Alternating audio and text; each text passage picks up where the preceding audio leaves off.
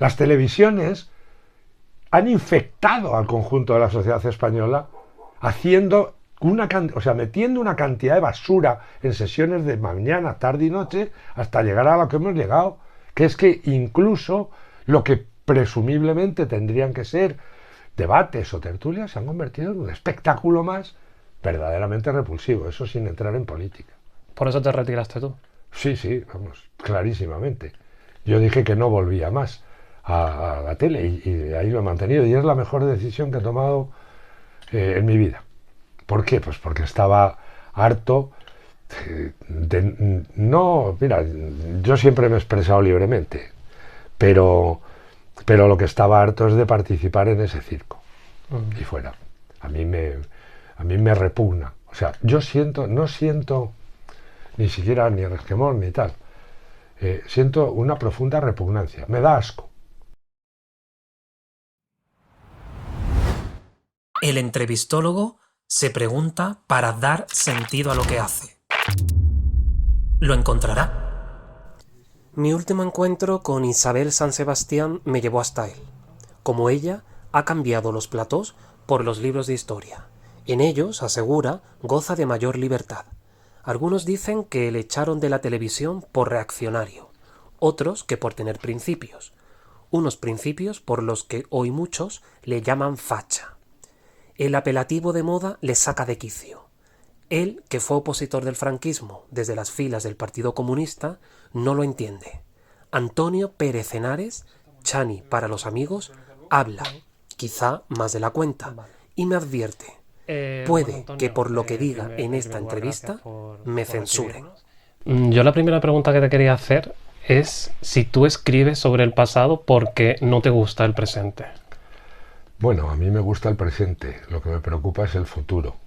El pasado no es que te guste, es que hay un elemento, es que somos parte de él. Quiero decirte que un hombre sin historia y sin memoria no es nada. Si es algo la humanidad, es precisamente su memoria y sus conocimientos adquiridos como especie. Bueno, yo he tenido el privilegio de ser uno de los pocos, fundamentalmente por mi gran amistad con los grandes paleoantropólogos españoles, con Asuaga, Bermúdez, Carbonell, Domínguez Rodrigo ahora, Baquedano, que están a la cabeza de este conocimiento en el mundo, y eso me ha permitido pues ser un asiduo visitante y ir a sitios de Atapuerca pues un poco enchufado. O incluso haber estado en la cuna de la humanidad, que la gente de España no lo sabe, pero los dos directores que ahora excavan en Old Dubai, en Tanzania, son españoles, son Enrique Baquedano y Domínguez Rodrigo. Y tuve el privilegio de estar con ellos. Eso fue, allí está el origen del Homo, del género Homo. El género es Homo, lo otro son sexos. O sea, el género es el Homo, Homo sapiens. Bueno, entonces no éramos sapiens. Es más, tampoco éramos, o a lo mejor ni siquiera éramos homos, éramos... Ahí lo empezamos a ser, el Homo habilis, el primero que tiene una herramienta. Bueno, a partir de ahí, todo lo que es la humanidad es un avance precisamente por la transmisión de los conocimientos y el avance en esos conocimientos, del Homo habilis al Ergastes, el Ergastes es el Erectus, el que ya saltó al resto del mundo, y de ahí pues las diferentes especies, la última antes de la nuestra, el Neandertal, nuestros primos hermanos, de los que tenemos algunos genes, y finalmente nosotros que nos llamamos a nosotros a sí mismos sapiens, lo cual me parece una soberbia bastante. ¿Y qué está pasando con el sapiens? Bueno, en los últimos tiempos el sapiens está haciendo muchas estupideces, entre otras cosas, y aquí, en España, es pretender olvidar quién es, de dónde viene y qué ha hecho, porque ahora hacen leyes de memoria histórica y resulta que la memoria histórica es anteayer. He de decirles que llevamos como especie aproximadamente unos 200.000 años y somos parte de la evolución de esa especie.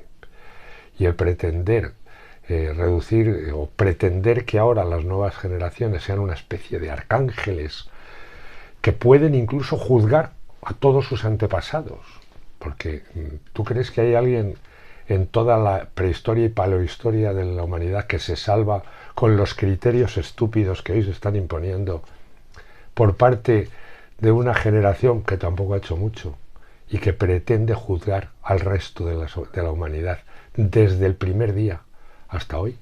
A mí eso es lo que más me preocupa. Y eso es lo que afecta esencialmente a la no enseñanza de la historia. Porque si olvidamos nuestra historia seremos pavesas en el viento. Lo que ya empezamos a ser es imbéciles. Pero tú crees que, por ejemplo, esa capacidad que tú dices de juzgar, ¿no? De juzgar la historia, ¿eso ha surgido o de algún modo se crea o se induce? No, eso se está creando y se induce. Eso es una moda que se está apropiando del conocimiento y que está intentando arrasar el conocimiento anterior. Porque se pretende juzgar en estos momentos con lo que son criterios o modas de hace 2 horas todo lo que ha sido el conjunto de la humanidad. Es que, por emplear una palabra, ¿quién no es facha? Los hombres de Altamira y las mujeres, por supuesto. Pero, ¿por qué demonios de verdad, no aplicamos el conocimiento de la humanidad? Y hay otro elemento que es terriblemente preocupante. Mucho más que esto que he dicho. Cómo esos conocimientos de la humanidad han sido transmitidos. Pues han sido transmitidos porque no es lo mismo el maestro y el alumno, ni es lo mismo el padre que el hijo. No es lo mismo. Unos transmiten conocimientos, valores y sabiduría, y no puede ser que estén al mismo nivel. Y cuando esa transmisión se rompe, y eso se está rompiendo, veo con tremenda preocupación que hoy, bueno, de entrada, hasta la hermosa palabra maestro ha sido destruida y ahora es profesor de eso, o de no sé qué. Maestro tiene un significado enorme. El ser humano es ser humano por la transmisión de conocimientos, y eso es algo que tiene que recuperarse a toda costa, por una razón muy sencilla. Porque se está perdiendo, leo con enorme preocupación, como en las aulas. O sea, un profesor es en estos momentos alguien que es el de las bofetadas que le pegan los alumnos. Eso es verdaderamente atroz. Es que eso, llevado al conjunto, está dando lo que está dando. Y eso es preocupante, enormemente preocupante. O se recupera, pero es que la estupidez de considerar que la autoridad, la autoritas, es algo así como represión y dictadura, no. La autoritas es eso, autoridad. Que en un momento determinado alguien tiene una autoridad necesaria y suficiente, en este caso, para expandir el propio conocimiento de la especie. Eso es algo que es muy hondo y que puede ser tremendamente preocupante para el futuro. Eso es lo que me preocupa del futuro. Un futuro que también te digo, cada vez me da menos ganas de estar en él. ¿Por qué? Por eso, porque he visto que esa escala esencial que hay de valores en la humanidad la están rompiendo una banda de imbéciles y el resto de la humanidad sumisamente calla. Es más, yo hoy digo con toda claridad que hoy en España ser menos libre que se era en el año 1980. No estoy hablando de dictadura. Mucha gente sabe que yo fui un opositor de la dictadura y que sufrí por ello, y no una detención, sino bastantes. Pero esa época afortunadamente pasó, y hoy la democracia, que llegó un momento de verdad de júbilo, de esplendor y de alegría en los años 80 y 90, hoy muchas veces tenemos miedo a decir lo que pensamos, y esto mismo que estoy diciendo yo ahora hará que inmediatamente me pongan el epíteto de facha, cuando en su vida han visto un fascista y menos un nazi, que viene a ser lo mismo. Pero claro, me preocupa que unas generaciones bien comidas y continuamente regaladas han perdido lo que es el elemento esencial de toda especie. El trabajo y el esfuerzo como elementos esenciales para avanzar en la vida. Y ahora no, parece que más me des que más me merezco, y encima te juzgo no a ti. Mira, si ves continuamente lo que se hace sobre la historia de España, en este caso, es un auténtico insulto continuo a tus abuelos. O sea, todos nuestros antepasados, nosotros como pueblo, como país, como nación en común, debíamos poco menos que estar pidiendo perdón por el mundo. ¿Eso qué es? Insultar a tu abuelo y al abuelo de tu abuelo. Un respeto. Y realmente o eso se vuelve a recuperar en las aulas, también, tal vez haya que recuperarlo también en las casas, o realmente, y lo digo, puede parecer así muy grave, la humanidad está en peligro, pero en un serio peligro, porque honradamente si desaparecen el valor esencial, bueno, quizás la inteligencia artificial pueda ser la solución de todo, pero eso significará la desaparición del individuo. Estas obras distópicas que había, ¿no? Que Bueno, vaticinaban me dicen que ya no hará falta que yo me dedique a escribir libros, que ya los escribirá la inteligencia artificial. Y entonces, bueno, pues me imagino que hará una amalgama y la gente... Eso es caminar a esa granja o a ese mundo feliz de Aldous Huxley, que es cualquier cosa menos humano. Bueno, para eso, pues el mundo pues que será enteramente robótico, y no entiendo entonces qué pintamos ahí. A lo mejor es la venganza de la Tierra sobre nosotros, que como especie hemos tenido demasiado éxito y la estamos poniendo bastante en peligro. Pero ya te digo, me preocupa esencialmente, y esto está sucediendo, curiosamente, en las zonas más avanzadas, en todos los sentidos del planeta. O sea, los delirios estos se producen donde hay mayor libertad, mayor bienestar, mayor calidad de vida. O sea, lo peor de lo peor en Europa es buenísimo comparado con los anteriores estratos de la humanidad, y no te digo con estratos del mundo actual. O sea, un rey de la Edad Media vivía muchísimo peor que el tipo que más se queja por ahí. No te digo pobre, terrible y en una situación de miseria, que lo sigue habiendo, por desgracia, y en el mundo muchos más. Pero hombre, un joven europeo al que le ha tocado la lotería más grande de la vida, naciendo en este espacio, y se pasa el día absolutamente pisoteando todo lo que es el conjunto, ya no de valores, sino algo tan esencial como de transmisión de conocimiento. ¿Y quién se ha cargado todo eso? No sé, yo desde luego no, pero sí que hay responsables. Hay responsables esencialmente, bueno, lo que está sucediendo en nuestro país, en España, es preocupante. Es que se está prohibiendo prácticamente la enseñanza de la historia. O sea, se deja las humanidades arrambladas, absolutamente. Y se sustituye además por unas cargas ideológicas que significan simplemente adoctrinamiento en lo que es este nuevo doctrinario, diría yo.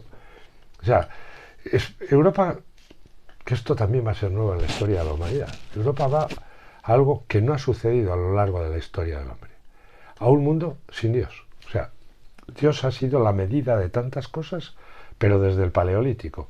Bueno, crecientemente la población europea pues no tiene fe. Yo mismo soy agnóstico y es algo... nos vamos a asomar a algo verdaderamente extraño. Una sociedad que no tiene como referente la divinidad. No había sucedido en Europa y crecientemente eso está pasando. Vamos, además va a una velocidad bastante vertiginosa. Si unimos a eso, a que se pierden también hasta los valores más simples de transmisión de lo que son las pautas, bueno, pero si es que ahora esto que voy a decir me pueden llevar a la cárcel. Pero claro que hay hombres y mujeres, lo mismo que hay machos y hembras en toda la naturaleza. Luego, lo que haga cada cual, yo ni me meto ni me he interesado nunca. Que hagan cada cual con su cuerpo, su sexo, tal. Pero el hecho de negar la evidencia biológica de que existen hombres y mujeres es que es de una estupidez supina. Pues lo dices y está prohibido por ley cualquier día porque aparecen unos delirantes o unas delirantas o unes delirantes diciendo que... ¿Qué dicen en realidad? ¿Que no somos parte de los seres vivos de la naturaleza? Pues que lo digan, pero yo mientras pueda seguiré siendo una persona, un individuo y un ser humano, un homo. Los géneros son esos, el sexo cada cual lo decida. Esto, como te puedes imaginar, puede significar incluso que no vaya a dar una conferencia. ¿Por qué? Porque lo que estoy diciendo que es una obviedad se ha convertido en estos momentos en algo que es repudiable, porque está en contra de unos mandamientos que se nos están estableciendo, una especie de tiranía cursi, pero tiranía, en lo que si nos salimos del pensamiento único, tenemos que ser expulsados, arrojados, somos malos. ¿Sabes lo que es eso? El principio de todas las dictaduras. Negación del pensamiento libre o de la opinión independiente. Y ese es el futuro que yo no quiero ver. Pero en cambio, ¿tú crees que se percibe así? ¿La gente lo percibe así? ¿Los jóvenes lo percibimos No, así? no, claro, no. Están tan imbuidos que creen que eso es lo bueno. Es que lo primero que hace una dictadura es decirte que eso que está haciendo es por tu bien. Y entonces no lo perciben bajo ningún concepto. ¿Por qué? Porque además hay otro elemento que se ha roto. Se ha roto la escala de derechos y deberes. Los derechos se adquieren, pero llevan aparejados deberes. Y si tú únicamente tienes derechos, y es más, los derechos y las libertades acaban donde empiezan los derechos y las libertades de los demás. Y si alguien pretende limitar los derechos y libertades de una gente para hablar, para pensar, para expresarse, ya no hay libertad. La libertad o es de todos o no es de nadie. Lo políticamente correcto es una dictadura igual que los 10 mandamientos. Y yo me niego. ¿Por qué? Porque además deja al individuo crecientemente destruido, en base a lo de siempre, a un supuesto y general bien común. ¿Y quién decide lo que es bueno y lo que es malo? Un Sanedrín que asimismo dice, nosotros somos los buenos y vosotros los malos, y por tanto o os reeducáis o a las tinieblas exteriores. O sea que quien no conoce la historia es más manipulable. Sí, es perfectamente manipulable. De lo que se trata, yo creo además, es de borrar precisamente la historia para poder, o sea, de lavarte el cerebro para llenártelo de mierda, por ser claro y preciso. Te vacían el cerebro del conocimiento y ahí te lo llenan de ideología, te lo llenan de consignas, te lo llenan en el fondo de lo que es una banda de paparruchas, pues que ya me contarás a lo que están conduciendo en muchos casos. Pero una moda convertida en filosofía no mayoritaria, sino que se intenta imponer al conjunto de la población, a mí me parece tremendamente negativo. Y desde luego, lo que digo, yo en ese mundo no quiero vivir. En esa granja, en ese un mundo orwelliano. Fíjate que esto lo dijo Orwell ya, ¿eh? Y está pasando todos los días. Y no nos damos cuenta. Pero continuamente se nos filtra. Mira, yo estoy harto de que no ponga la tele y hasta para que me vendan un anuncio de no sé qué demonios, si compro una cosa salvo el mundo. ¿No os habéis fijado que se está metiendo? Oiga, véndeme usted Colacao o véndame usted un coche. Pero para venderme eso me tiene que vender todo lo que son los ismos que se consideran buenos. Y te está hablando una persona que ha sido un conservacionista desde que era un chaval, que tuve la fortuna de conocer a Félix Rodríguez de la Fuente, y por supuesto, y soy un ecologista y un cazador. ¿Por qué? Pues primero porque el ser humano ha sido cazador toda su vida, porque me he criado en el campo, y porque además sé que para comer jamón hay que matar al cochino, que esta es una de las cosas que ahora... Y que nosotros somos omnívoros, y que tenemos un aparato digestivo omnívoro, y que honradamente el ser humano ha llegado aquí porque comimos mucha proteína animal en tiempos, y la seguimos consumiendo. Son discusiones que aparecen por todos los lados, pero continuamente. Yo entiendo que hay otras posiciones. Lo que no tolero es que intenten que la discrepancia se convierta en pecado. Estamos delante de una nueva Inquisición, pero peor que la Inquisición, porque la Inquisición al menos el reo tenía abogado. Aquí todo está en conjunto. No, mira, como te digo, he sido un ecologista desde primera hora y sigo estando ahí.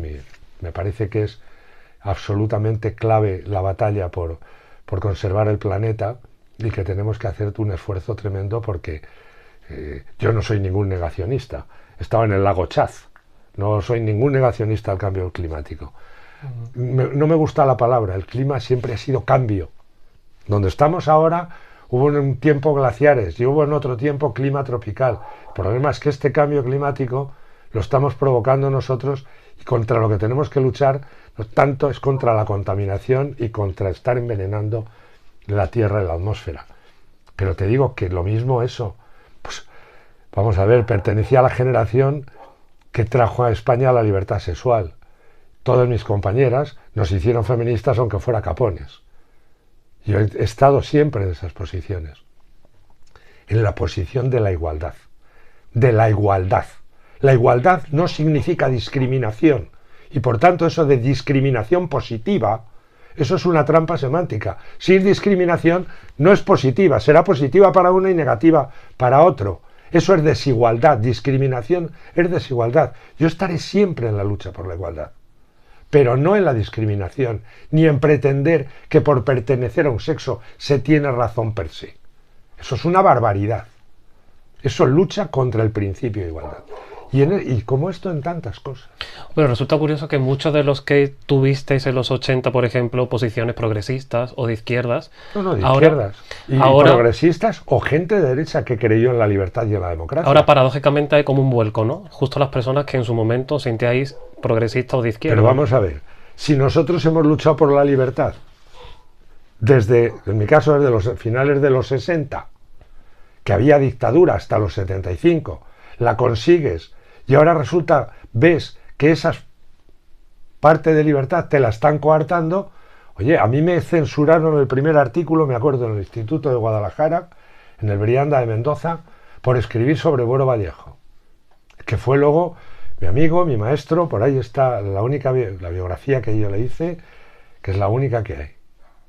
¿Quién me iba a decir a mí que 50 años después iba a tener problemas, o íbamos a tener ya problemas de censura o autocensura?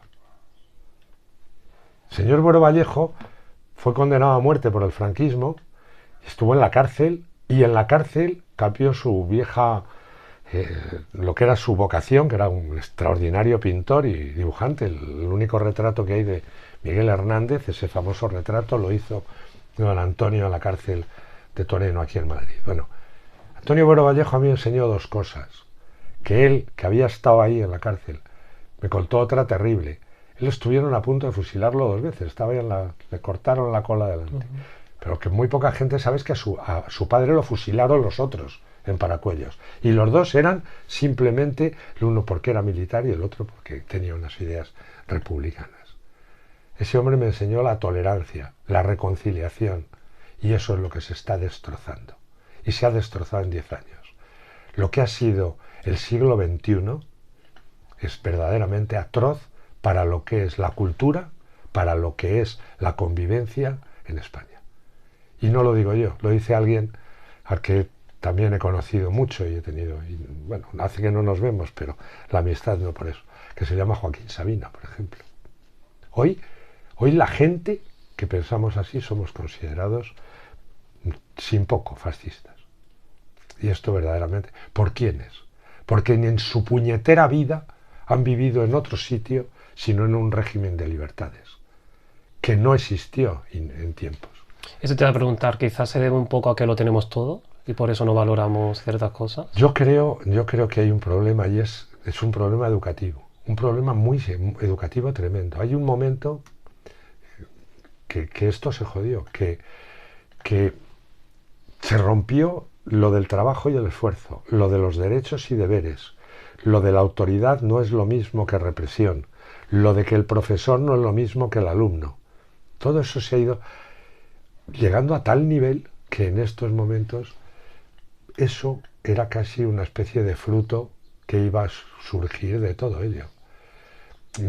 Yo veo porque por otro lado estoy generalizando, y yo por otro lado veo a multitud de jóvenes, muchísimos, que claro que pelean y luchan y que tienen todo y están intentándolo todo.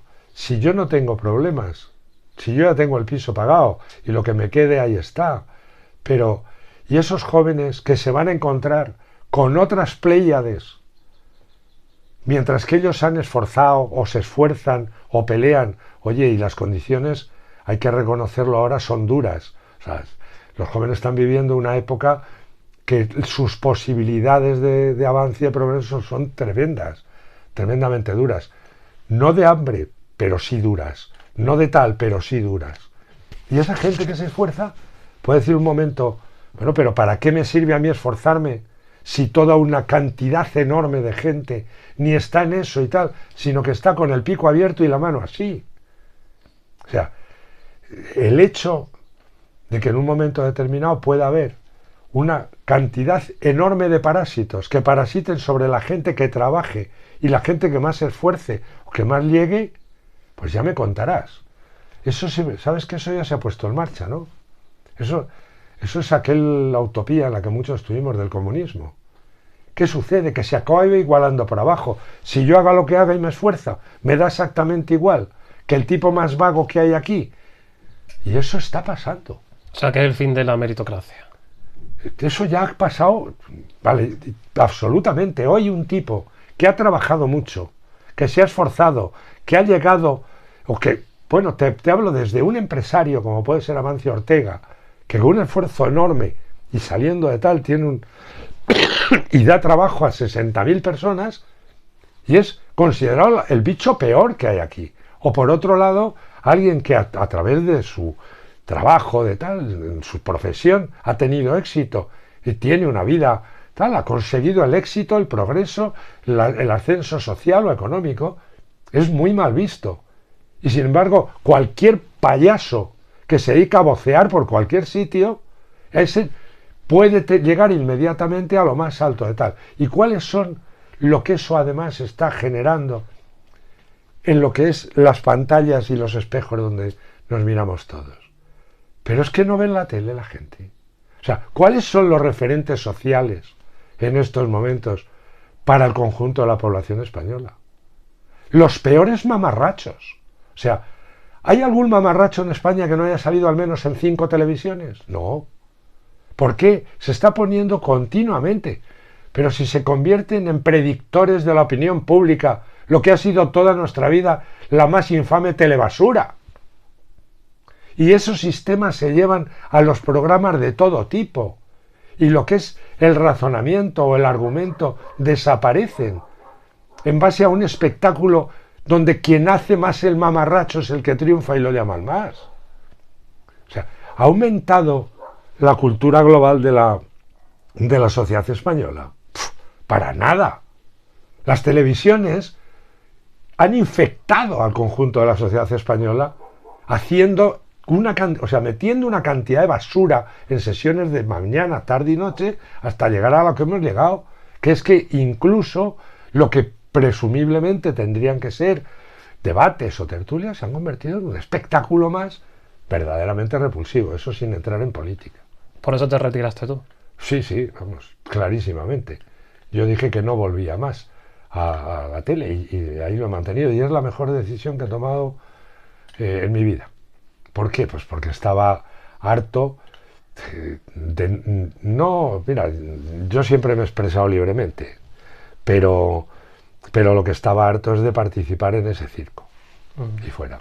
A mí me repugna. O sea, no siento ni siquiera ni resquemor ni tal. Siento una profunda repugnancia. Me da asco. Yo muchas de las cosas que veo continuamente me da asco. Y también te digo una cosa, y con la gente que participa en eso, pues cada vez tengo menos ganas de tener contacto. Como de la gente que me pretende excluir. Pues mi reacción es muy simple. Cuando la gente empieza con tales cosas, simplemente me doy media vuelta y me voy. Pues hay una expresión de mi pueblo, ahí te quedas, saco paja. O sea, yo no me voy a meter contigo, ni voy a intentar debatir, ni tal. Simple y llanamente, no quiero saber nada contigo. Pero la gente se cree todo lo que sale en la tele, ¿no? Que a mí a veces eso es lo que me preocupa. Sí, lo que escriben en las redes y en todo esto. Así que la gente tiene cada vez como más, no información, como un aluvión continuo de cosas y cada vez está más desinformada. Cada vez tiene menos criterio. Bueno, estoy siendo muy pesimista. Como optimismo te digo que creo que empieza a haber una potentísima reacción. Y que, ¿por qué? Pues porque eso lleva, verás, al final la gente acaba reaccionando cuando le va en ello las cosas, ¿no? Y yo por lo que veo en nuevas generaciones de jóvenes, Porque curiosamente esto, no sé si habéis fijado, lo predican siempre unos jóvenes que son más viejos que la tana, o sea, más viejos que el hilo negro. El otro día vi unos tipos del sindicato de estudiantes que alguno debe ser hasta abuelo, porque por edad pudiera, o sea, desde luego en el Paleolítico tendría bisnietos, pero me refiero a que quien va con estos son gente sin demasiada preparación, pero desde luego, o sea, demagogos puros y que van continuamente, pero que somos muy viejunos, o sea, dice, oiga, usted no puede andar haciendo el jovenzuelo y el adolescente por ahí, que tiene ya unos añitos, ¿no? Sin embargo, es continuo el ataque, por ejemplo, se sufre en las redes, porque su argumento esencial cuando, por ejemplo, te quieren insultar es tómate la pastilla, abuelo, etcétera. Hay como una efebocracia que lleva gente que se le pasó el ser efebo ya hace 20 años. Pero eso también tiene mucho que ver con algo terrible, que es lo mismo que es el desprecio al maestro, es el desprecio al anciano, a la sabiduría acumulada. Y cambiar eso por la efebocracia suele dar malos resultados. Ni todos viejos, ni todos niñatos, porque entonces se lía una parda. Pero yo veo crecientes esperanzas en eso, porque estoy viendo que hay unas generaciones jóvenes que se están dando cuenta, tienen muchos problemas, porque han tenido un problema educativo creciente, pero no tanto de conocimiento, sino de formación. Pero veo reacción, y lo veo también, por ejemplo, en el tema de la historia, lo estoy viendo. En este momento la novela histórica es el género más vendido de toda España, con cerca de un 30% de todos los libros de ficción vendidos. Va después la novela negra con un 13%, o sea que imagínate lo que es. Pero, ¿por qué? Porque posiblemente ese conocimiento que se les niegue por un lado lo intentan recuperar por otro. Las fórmulas, eso sí, curiosamente tú no puedes atacar jamás a lo que son las innovaciones.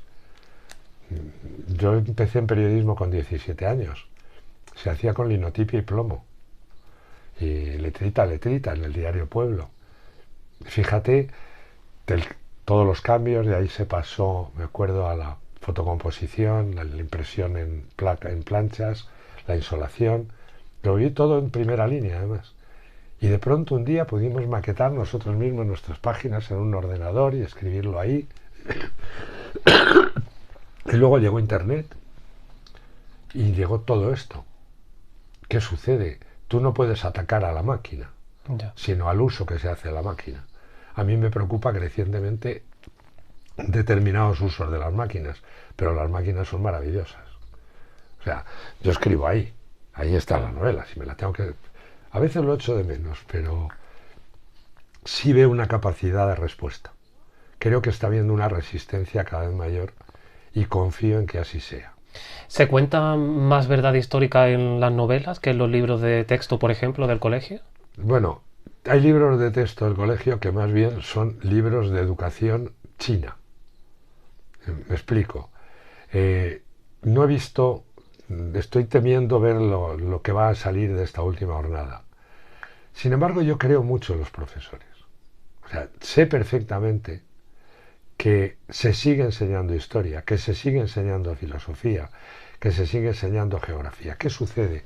Por ejemplo, aquí a esto se ha unido una cosa letal, que ha sido lo de la división en comunidades autónomas, ¿no? Entonces, se ha ido borrando como todo nexo común, y eso impide un conocimiento real de la historia común, incluso de la historia de Europa y de la historia del mundo. Porque claro, en esa globalización España ha tenido un papel preponderante durante mucho tiempo. Pero sí que veo, mira, la geografía, la historia y hasta, si me fuerzas y cada vez más, la literatura, que se aprende, depende en qué comunidades, eso es un atentado y un crimen contra las nuevas generaciones. Como lo es un crimen el de la lengua. O sea, teniendo una lengua que hablan 600 millones de personas en todo el mundo, que el sitio donde esté más atacada sea en su propio solar, donde te impiden utilizarla. O sea, vivimos un hecho que es tan absolutamente anormal, que el país que tiene una de las lenguas más potentes del universo vea como habitantes y ciudadanos de ese país, conculcando de una manera absoluta y total el artículo número 1 o 3 de la Constitución, o sea, de esta Constitución, y decir que calcado del mismo artículo de la Segunda República, que es la lengua común de todos los españoles y todos tienen el derecho a usarla y el deber de conocerla. Ni se cumple y parece que ya es algo que se ha quedado ahí. Y eso es un valor cultural esencial, como es el conjunto de nuestra historia, como es nuestra geografía, como son nuestros pintores, nuestros monumentos. Esa es la clave. El patriotismo no es una bandera y el himno, que encima no tenemos, que no lo podemos cantar y esas cosas, pero ¿qué es? El patriotismo lo acuñó Fernando García Cortázar, el gran historiador, miembro de la asociación nuestra de Escritores con la Historia y fallecido recientemente. El patriotismo es el patriotismo cultural, es eso que nos une, es nuestra literatura, o sea, nuestra lengua, nuestros literatos, nuestros pintores, nuestras obras de música, nuestros monumentos, nuestras iglesias y el acueducto de Segovia, la Alhambra de Granada, hasta nuestros paisajes. Eso es lo que de alguna manera nos da una sensación de pertenencia a algo. Y si me fuerzas, la lengua y nuestra cultura transmitida a Iberoamérica, lo que nos puede dar una idea de pertenencia común. Cuando nosotros decimos, esta es mi tierra, o esto es Hispanoamérica, o esto, estamos diciendo no que es mi tierra, no que yo la poseo, sino al revés, que yo pertenezco a ella. Cuando alguien dice, es mi tierra, no es que sea suya, sino que tú perteneces a ella. Pues cuando nosotros decimos que pertenecemos a esta cultura, que es nuestra cultura, no es que nos queramos apropiar de ella, sino que pertenecemos a ella. Y esa emoción común, ese sentimiento común, es esencial para el futuro. Yo confío y ahí creo que nunca se ha perdido en España, pero espero que algún día retorne en el nexo común que tenemos con Hispanoamérica, porque yo he viajado bastante por ahí, hice 7 rutas que salgo con Miguel de la Cuadra. Bueno, esto está lleno de cosas de por ahí, pero él me enseñó una cosa que me parece esencial. No se es español del todo hasta que no se quiere, se ama y se siente como propia Hispanoamérica, por encima de cualquier cosa. Y ese sentimiento y esa emoción yo la tendré siempre y haré todo lo que pueda porque no se pierda. ¿Por qué? Porque formamos parte de una misma comunidad. Aunque a veces se denoste, a veces incluso se injurie, lo que sea, formamos parte de eso mismo. Hablamos una lengua, encima la población hispanoamericana, si es algo, es profundamente mestiza, al revés que en otros lugares del mundo donde llegó el hombre blanco. La prueba evidente de lo que fue España allí es que las poblaciones descendientes de indígenas o mestizas superan en la mayoría de los sitios el 70, el 80 y hasta el 90%. Que miren eso en otros lugares donde llegaron otros imperios y que me digan qué queda de aquello. Pero esta es mi parte esperanzada. Lo otro me ha salido muy crítico y quizás el viejo periodista.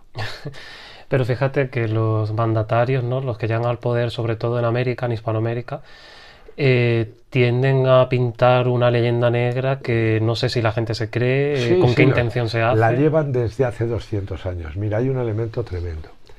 Cuando España hubo de marcharse, un cúmulo de desdichas.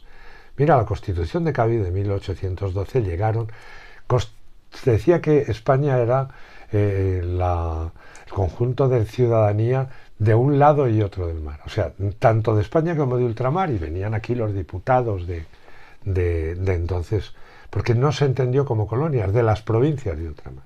Entonces, cuando España se va a principios del 19, es arrojada allí porque pasó eso y tuvimos la enorme desdicha de tener al rey peor, más felón, más traidor y más sanguinario y cabronazo que hemos tenido en toda la historia, que es Fernando VII, que nos traicionó a todos.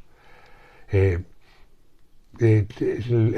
lugar del mundo más avanzado en todos los aspectos, cultural, económico, comercial, era la América hispana. Por eso había tanta ansiedad de expulsarnos y de llegar allí.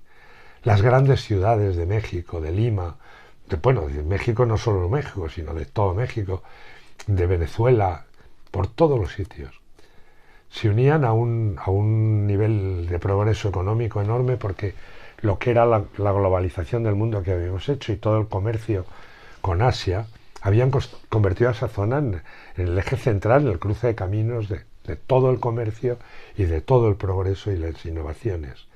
Te pongo un ejemplo. En la América hispana, en 1810, había 23 universidades. Había grandes urbes y, por tanto, grandes hospitales y grandes edificios y ya un nivel y redes de carreteras, etc. ¿Sabes cuántos había al norte de Río Grande? 0. Ni una sola universidad. ¿Qué ha pasado desde ese 1810 a este 2020? Que al irse a España se entendió por parte de los criollos que se quedaron en el poder, que eran descendientes directos de españoles. Si quien te dirá Gachupín y no sé qué. El señor López Obrador, su abuelo, este no es de entonces, su abuelo era sargento de la Guardia Civil en Santander. ¿Qué demonios tiene que decir? O sea, pero esto te sucederá de manera continua. ¿Por qué se hace eso? Porque esa oligarquía que toma el poder entonces tiene la mejor excusa para hacer lo que le venga en gana y echarle la culpa siempre a la metrópoli que estuvo allí, que algunas tendría. Pero 200 años después le siguen echando la culpa de... ¿Y qué ha pasado con Iberoamérica? Pues ha ido en un bajón sistemático. ¿De verdad que tenemos nosotros? Bueno, nosotros no.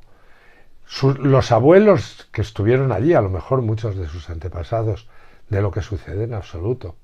Ahora, el chivo expiatorio del viejo imperio viene muy bien para un roto y para un descosido. Y ahí está. Claro, cuando yo veo, por ejemplo, a la gente, ¿no?, que tumba las estatuas, se intenta, como que acepta ese discurso, ¿no? O sea, yo digo, si la historia son hechos probables, o sea, son hechos probados que se pueden probar, ¿cómo se puede manipular? Es decir, ¿cómo la manipulan? ¿La gente no lee? ¿La gente no... o no hay fuentes fiables? No, la gente, lo que sucede es que recibe en los colegios, en las escuelas de Iberoamérica, también te lo digo, una educación absoluta y totalmente tergiversada. Para que tengas una idea, hasta un libro que acaba de salir recientemente, y muy bueno por cierto, de la Gibson, no de Gibson que vive en España, sino de una norteamericana que se llama El Norte, que habla de todo el pasado hispano, tanto de Estados Unidos y tal. Es un buen libro donde pone en valor la presencia hispánica, pero es tal el complejo, es tal el adoctrinamiento, es tal el miedo que se tiene a incurrir en lo políticamente no correcto, que cuando se habla de México, esta señora incluso obvia que el imperio azteca era un imperio de una ferocidad extrema y que hacía sacrificios de seres humanos al orden de unos 40.000 al año. Y que eran además caníbales. Se los comían a los sacrificados, como un ritual. Lo obvia. ¿Por qué? Porque estamos en pleno proceso del indigenismo. Vamos a ver, si Cortés consigue conquistar México, es por una razón muy simple, es porque logra unir a todas las tribus contra un imperio verdaderamente feroz y terrorífico que se había establecido en Mesoamérica. Pues esto no se cuenta ni se dice. Y si hay un fundador de México como tal, es Cortés. México no existía. existe precisamente cuando se produce ese mestizaje. La inmensa mayoría de la población de México es mestiza. Pero, ¿qué sucede? Que solo son descendientes de los aztecas, los mexicanos. No, hombre, no. Son descendientes de todas las tribus que había allí. Y, bueno, pues los transaltecas con los mexicas, que incluso la palabra azteca ni existe, es mexica, pero que está muy bien, porque son los que fundaron la Ciudad de México, el Tenochtitlan. Pero es que eso no se estudia. Se tergiversa de una manera feroz y brutal. Somos los malos de todas las películas. Y seguimos siéndolo.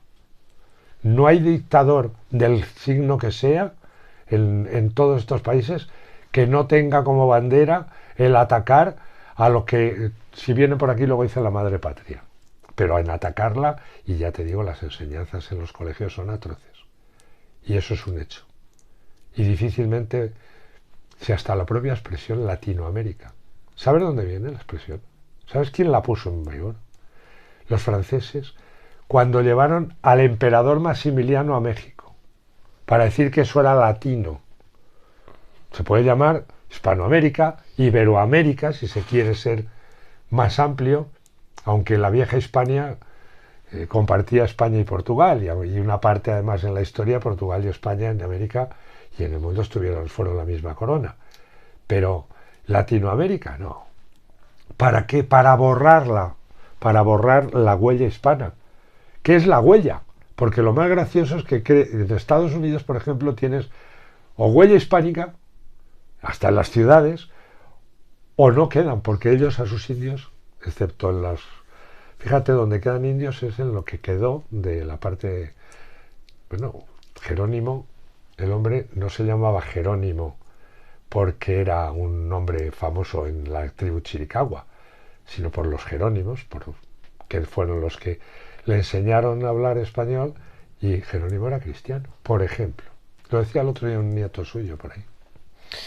¿Cuál es la mayor mentira que se ha contado de la historia de España? La mayor mentira es la negación del descubrimiento. Vamos a ver. Es un hecho tan obvio el descubrimiento. Para mí el hecho más trascendental que se ha producido en la historia de la humanidad es el descubrimiento de América. Y lo explico. Dime un solo hecho en toda la historia de la humanidad que ha tenido, bueno, si queremos así poner alguno, digo un viaje. Si ponemos que en un hecho, yo pondría el fuego y el móvil, que más o menos creo que son los que más han cambiado. Pero dime qué hecho histórico ha tenido más relevancia, ha tenido más trascendencia en la vida del conjunto de la humanidad, de la Tierra. Ninguno. ¿Tú te puedes imaginar el mundo sin América y sin el Pacífico? Nada, ni siquiera en lo que comemos, en nada. No nos lo podemos imaginar. Pues hubo durante mucho, mucho tiempo que no existía.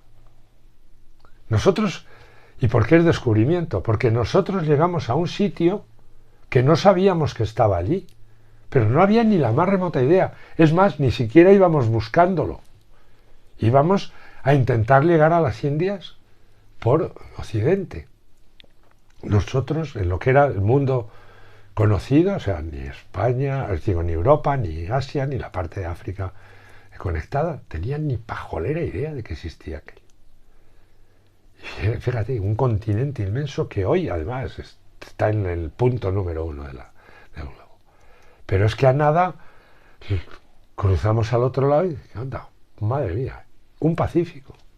Y a nada, o sea, cada barco que volvía a Sevilla, el mundo cambiaba la imagen que tenía de sí mismo. Y se quedaba absolutamente atónito. Pero es que el siguiente, no es que hay, menudo lo que hay. El lago español se le llegó a llamar al Pacífico. Pero es que cuando aparece el Cano dice, no, vengo a darle la vuelta. Eso fue la primera globalización del mundo. Y eso cambia absolutamente y para siempre la historia de la Tierra y de la humanidad. Y a eso ahora se niegan a llamarle descubrimiento. Pues es un descubrimiento. Y si me fuerzas, cuando me dicen, ¿y la América? Efectivamente, una conquista. ¿Por qué? Porque a las cosas hay que llamarles por su nombre. Vamos a ver, es que con las conquistas están de unos pueblos a otros y de unas civilizaciones a otras desde el primer día de la humanidad, desde los cromañones a los neandertales. De aquí, por ejemplo, griegos, fenicios, cartagineses, romanos. Nosotros, si somos algo, somos romanos. ¿Qué estoy hablando yo contigo? Coño, latín, un derivado de latín. Y nuestra cultura romana, hasta nuestro derecho romano. Pero, ¿qué hicieron? Pues, y luego pues, nos conquistaron los romanos, los visigodos después.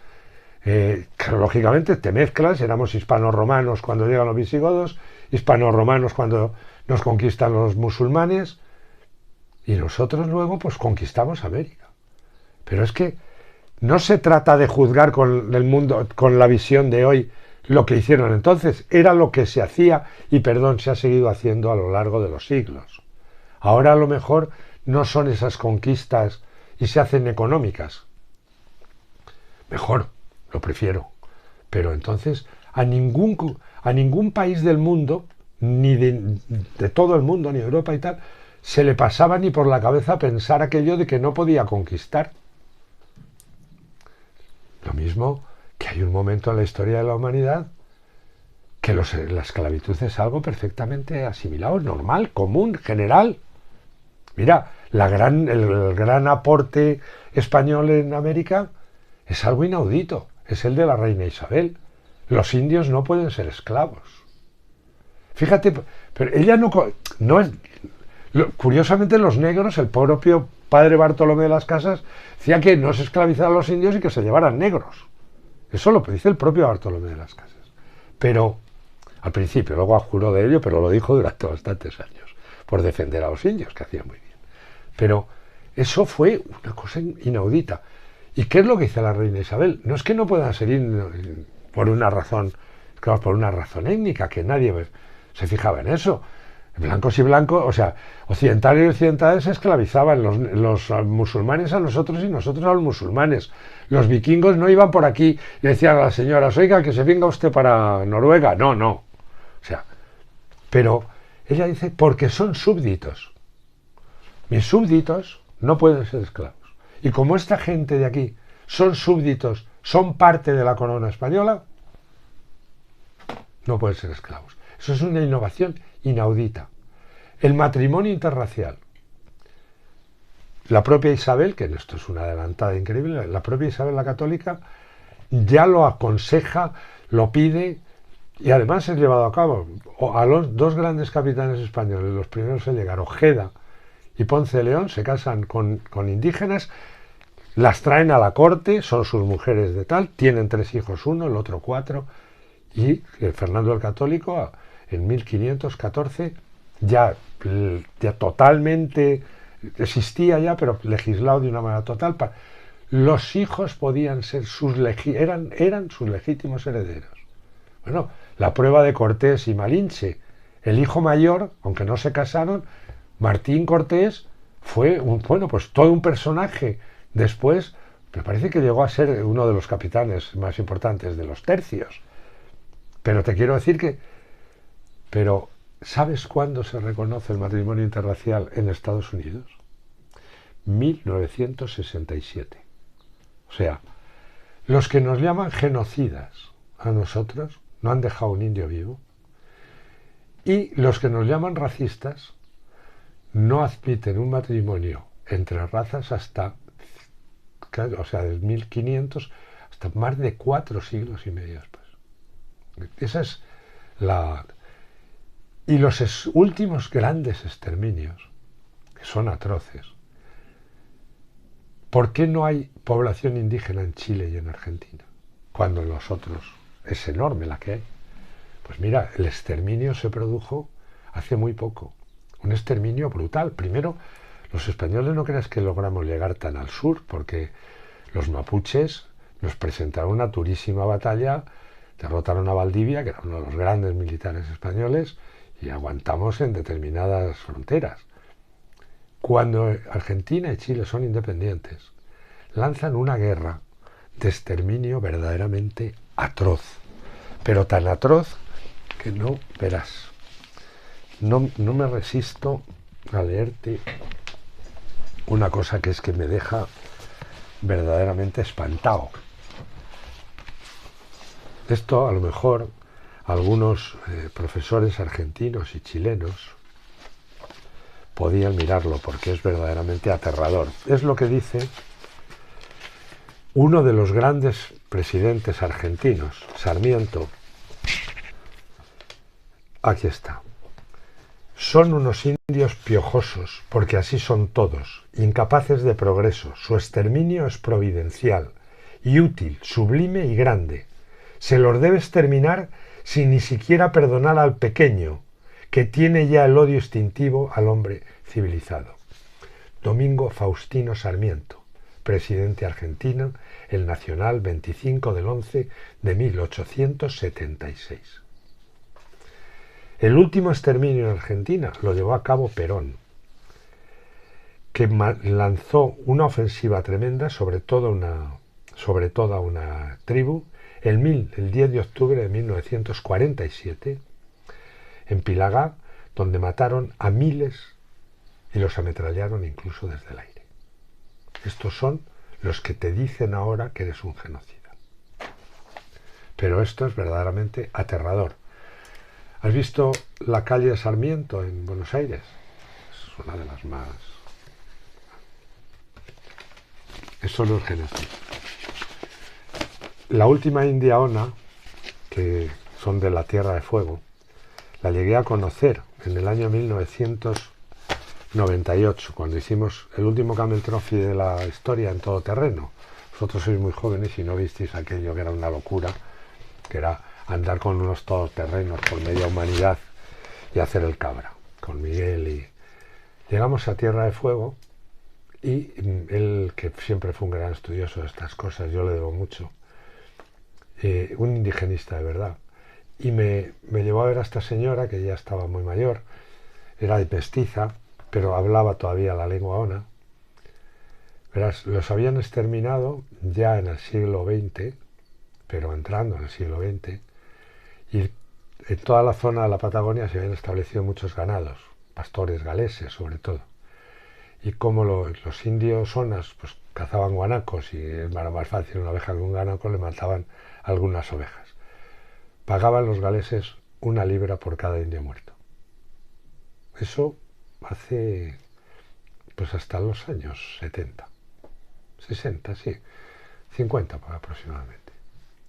Esa es la cosas que se ocultan de una manera sistemática, y aquí se está juzgando, ya te digo, hasta Altamira, pero sobre algunas cosas no, porque no vienen bien para lo que es la ideología. O sea que la historia es más memoria selectiva, ¿no?, que memoria. Es que la historia tiene que ser historia. La memoria es otra cosa. Vamos a ver, la memoria es la memoria personal de cada cual. Hoy, por ejemplo, la novela histórica no es historia. Yo me conformo, hombre, yo intento en las mías que los hechos históricos sean lo más veraces posible. Y que los hechos que son históricos estén ahí. Luego los personajes de ficción pueden en ese sentido. Pero la historia en sí mismo también se está descuidando muchísimo. Yo añoro a los grandes historiadores españoles. Mira, se sigue chupando del grande de los grandes, que era Claudio Sánchez Albornoz. Hoy considera un facha, porque es el que habla de la España islámica, de la Reconquista, etc. La gente no sabe, bueno, no quieren saber que Claudio Sánchez Albornoz, don Claudio Sánchez Albornoz, fue el último presidente de la Segunda República Española en el exilio. Facha perdido. Vivimos en tal gilipollez, ¿me entiendes? Echo de menos historiadores con ese intento de y además impulso de transmitir historia a la nación, aunque los hay y algunos muy buenos. Te digo el Fernando García Cortázar, que acaba de fallecer, y otros muchos. Y empiezo a ver ahí algunos jóvenes cada vez más interesantes. Por ejemplo, el estudio que ha hecho David Porrina sobre el Cid tiene aportes, pues se nota que se ha leído muchísimo a los clásicos y él ha trabajado para hacer un aporte, y me parece muy apreciable, por ejemplo. O el de Yello Balbás, lo que está haciendo sobre Covadonga ahora. Te hablo de Dame Día porque he estado escribiendo de eso.